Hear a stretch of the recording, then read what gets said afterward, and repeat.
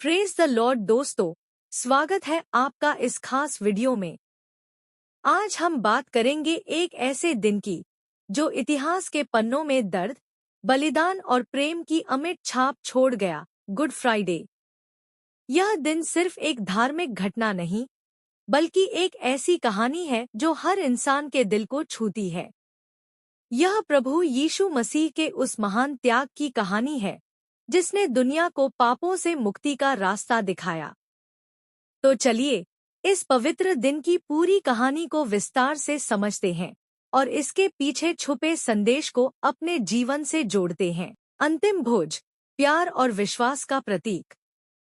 हमारी कहानी शुरू होती है उस रात से जब यीशु अपने 12 शिष्यों के साथ यरूशलेम में एक छोटे से कमरे में बैठे थे।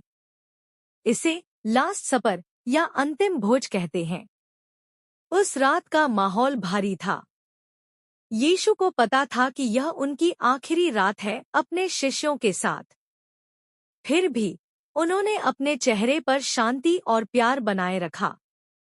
उन्होंने रोटी उठाई, उसे तोड़ा और कहा, यह मेरा शरीर है जो तुम्हारे लिए दिया जा रहा है। इसे मेरी याद में खाओ। फिर उन्होंने प्याला उठाया और कहा, यह मेरा खून है जो तुम्हारे पापों की क्षमा के लिए बहाया जाएगा। इसे मेरी याद में पियो।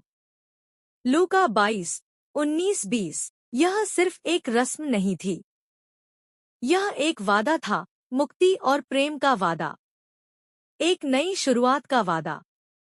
लेकिन उस रात एक दुखद मोड़ भी आया। यीशु ने कहा, जो मेरे साथ भोजन कर रहा है वही मुझे पकड़वाएगा। मत्ती 26:21। शिष्य हैरान थे, यहूदा चुपचाप उठा और चला गया। यह विश्वासघात का पहला कदम था। उसका इरादा पहले से तय था। यह वह पल था जब बलिदान का रास्ता शुरू होने वाला था। यीशु की गिरफ्तारी। अंतिम भोज के बाद उस रात यीशु अपने कुछ शिष्यों के साथ गेतसेमनी के बगीचे में प्रार्थना करने गए। यीशु अकेले एक ओर गए और घुटनों के बल बैठकर प्रार्थना करने लगे। उनका हृदय भारी था। वे जानते थे कि आने वाला समय कठिन होगा। फिर भी उन्होंने परमेश्वर की इच्छा को स्वीकार किया।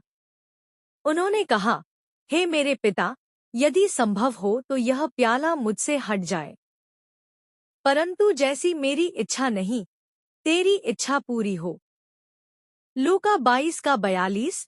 उन्हें डर था, लेकिन फिर भी उन्होंने अपने आप को परमेश्वर की इच्छा के सामने समर्पित कर दिया। तभी यहूदा इस्करियोती, जो उनके शिष्यों में से एक था, सिपाहियों को लेकर वहां आया और चांदी के 30 चांदी के सिक्कों के लिए यीशु को धोखा दिया। उसने कुछ सिक्कों के बदले में यीशु को पकड़वा दिया। उसने यीशु को चूमकर पहचान दी। यह चुंबन प्यार का नहीं, विश्वासघात का प्रतीक था। सैनिकों ने यीशु को पकड़ लिया। बाइबल कहती है, यीशु ने उससे कहा, यहूदा, क्या तू चुंबन से मनुष्य के पुत्र को पकड़वाता है? लूका 22:48। सैनिकों ने यीशु को पकड़ लिया। यीशु ने बिना किसी विरोध के अपने आप को सौंप दिया, क्योंकि यह ईश्वर की योजना का हिस्सा था। और शिष्य डरकर इधर-उधर भाग गए।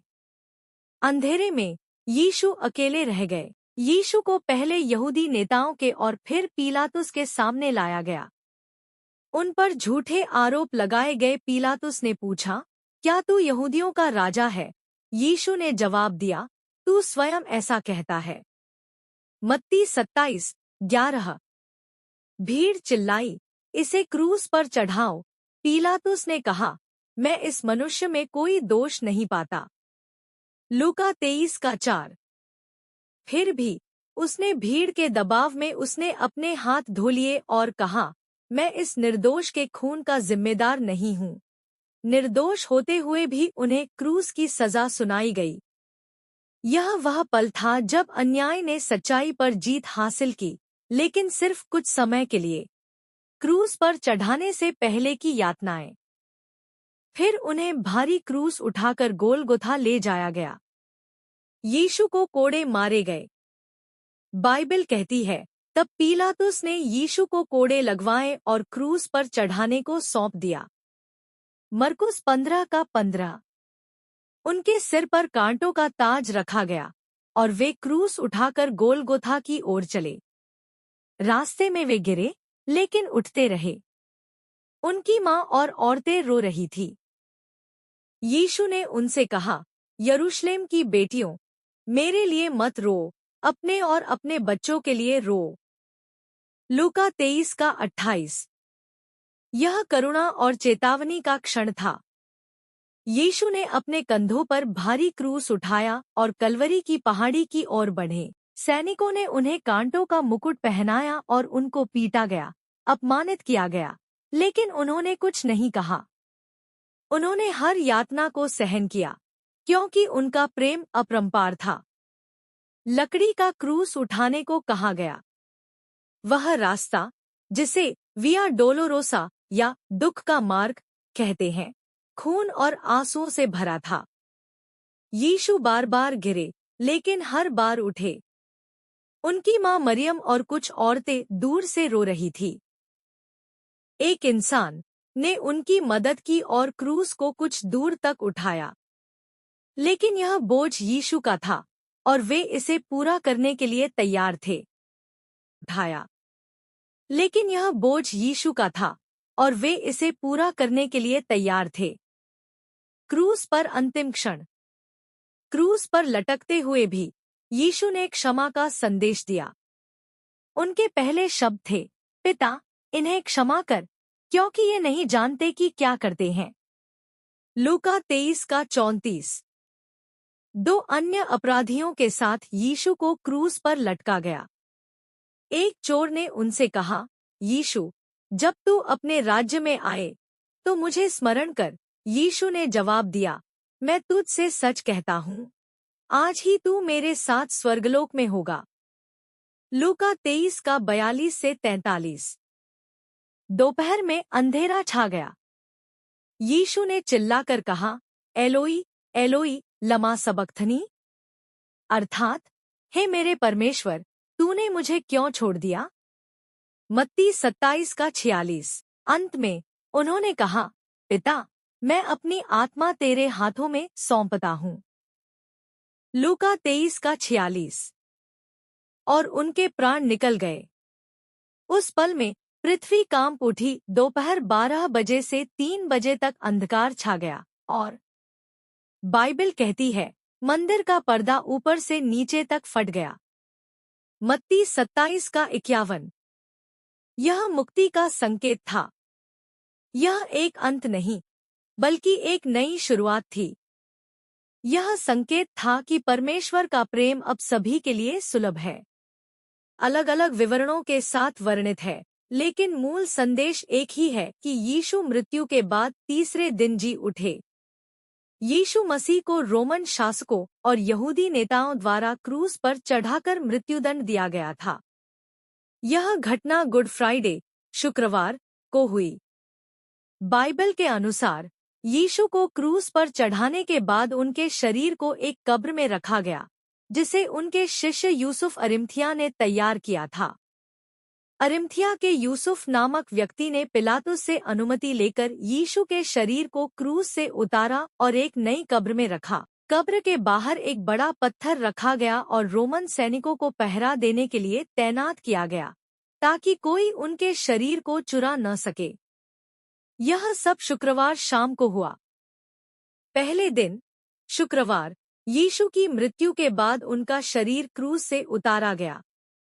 उनके शिष्यों ने उनके शरीर को सुगंधित मसालों और कपड़े से लपेटकर कब्र में रखा। यह यहूदी रिवाज के अनुसार किया गया। शुक्रवार को सूर्यास्त से पहले यह कार्य पूरा हुआ, क्योंकि सूर्यास्त के बाद शब्बत, शनिवार का विश्राम दिन, शुरू हो जाता था, जिसमें कोई काम करना मना था। दूसरा दिन शनिवार को यहूदी शब्बत के कारण कोई गतिविधि नहीं हुई। यीशु का शरीर कब्र में ही रहा। उनके शिष्य और अनुयायी शोक में डूब गए, पर उन्हें यह ज्ञात नहीं था कि यह अंत नहीं था। यह एक नई शुरुआत थी। रोमन सैनिक कब्र की निगरानी कर रहे थे।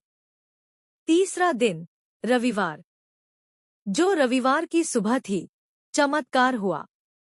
बाइबल के अनुसार मत्ती 28 की 1 से 10, मरकुस 16 की 1 से 8, लूका 24 की 1 से 12, यूहन्ना 20 की 1 से 18, कुछ महिलाएं, जिनमें मरियम मगदलिनी भी शामिल थी, सुबह सुबह कब्र पर गईं, ताकि यीशु के शरीर को और मसाले लगाकर अंतिम संस्कार पूरा करें।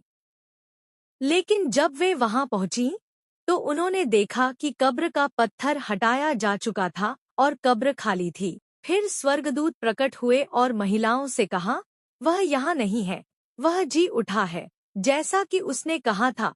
स्वर्गदूत ने उन्हें यह भी बताया कि वे यीशु के शिष्यों को यह खबर दें। बाद में यीशु स्वयं अपने शिष्यों और कई लोगों के सामने प्रकट हुए। बाइबल में लिखा है कि वह जीवित रूप में धरती पर रहे, अपने शिष्यों को दर्शन दिए और उन्हें परमेश्वर के राज्य के बारे में सिखाया। इसके बाद वह स्वर्ग में चढ़ गए। शुक्रवार, यीशु की मृत्यु और कब्र में रखा जाना। शनिवार, कब्र में शांति, शब्बत का दिन। रविवार, तीसरे दिन सुबह यीशु का जी उठना। यीशु मसीह का 3 दिन बाद जी उठना, पुनरुत्थान, रिसरेक्शन कहा जाता है। बाइबल के नए नियम, न्यू टेस्टामेंट में वर्णित एक गुड फ्राइडे का अर्थ और संदेश। अब सवाल उठता है, इसे गुड फ्राइडे क्यों कहते हैं? यह दिन दुखद था, लेकिन इसके पीछे एक महान उद्देश्य था। यीशु का बलिदान पापों से मुक्ति का रास्ता बना। उन्होंने अपनी जान देकर हमें जीवन दिया। यह दिन हमें प्रेम, क्षमा और त्याग की ताकत सिखाता है। यह हमें याद दिलाता है कि सबसे अंधेरे पल में भी आशा की किरण होती है, और वह आशा ईस्टर संडे के रूप में सामने आती है। दोस्तों, आज हम अपने जीवन में कितना प्रेम बांटते हैं? कितनी बार हम दूसरों को क्षमा करते हैं?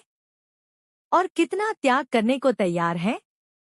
गुड फ्राइडे हमें यह सोचने पर मजबूर करता है। यह सिर्फ एक कहानी नहीं, बल्कि एक निमंत्रण है, एक बेहतर इंसान बनने का निमंत्रण। तो आइए इस गुड फ्राइडे पर एक पल रुकें। यीशु के बलिदान को याद करें। अपने दिल में शांति और प्रेम को जगह दें। इस वीडियो को समाप्त करने से पहले एक छोटी प्रार्थना करते हैं। हे प्रभु यीशु, आपके बलिदान के लिए धन्यवाद। हमें शक्ति दे कि हम आपके मार्ग पर चल सकें। हमारे दिल में प्रेम, क्षमा और करुणा भर दे। हमें अपने जीवन में आपकी रोशनी बनने दे। हे प्रभु, हमें शक्ति दे कि हम आपके मार्ग पर चल सकें। हमें प्रेम और क्षमा का हृदय दे। आमीन।